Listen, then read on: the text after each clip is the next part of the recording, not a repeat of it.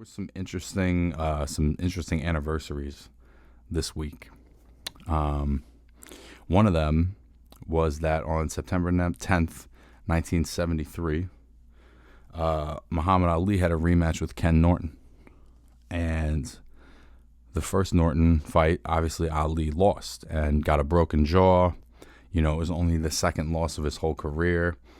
I think that based on listening to the commentary on the second fight, I think there was a little bit of a narrative working that Ali was a little washed up. He was a little past his day.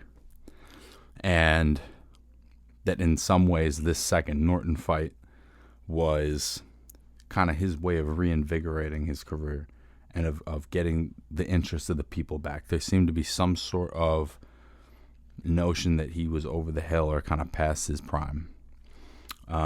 And this fight was just tremendous, man. I did like a rough scorecard, and I actually wound up scoring at 6-6. But what was amazing about this fight was it's in 1973. There's a lot of fighters in 1973. But these two guys were almost in like a time machine. You watch the styles of fighters from that era, from 70s and before, they don't really look as much like the modern fighter. The style of fighting, the way they move, the slickness of the movement, just the whole game has just evolved so much. But these two guys right here were in a time machine. Like the footwork of Ali, that hasn't been really entirely matched, and the amount of time that he could do it, it's not like a lot of guys now where they plant and they have different, they box on the outside for a little bit. This guy would literally be like jogging almost for 12 rounds straight.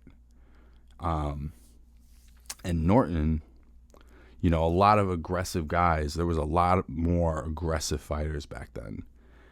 Come forward, strong guys. But this Ken Norton, I've seen these guys fight a bunch before, but it was just cool appreciating it again. His upper body movement, his ability to slip back, slip to the side, slip forward, like he was making Ali miss so much from the outside for those first 4 rounds. Overall, it's like I felt like Ali kind of had the edge because that 12th round, he just brings it, man.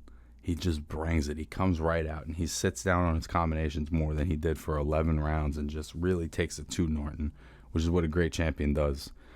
And ultimately they would wind up fighting again, and Ali would beat him for a third time. It was also after this fight that Ali would knock out George Foreman. So this fight sort of signified the beginning of the second chapter for Muhammad Ali, that he was not washed up, that he was still very much the man, that he was the guy. And that's what great champions do. The minute you start doubting them a little bit, they prove you wrong. And that's Ali in a nutshell.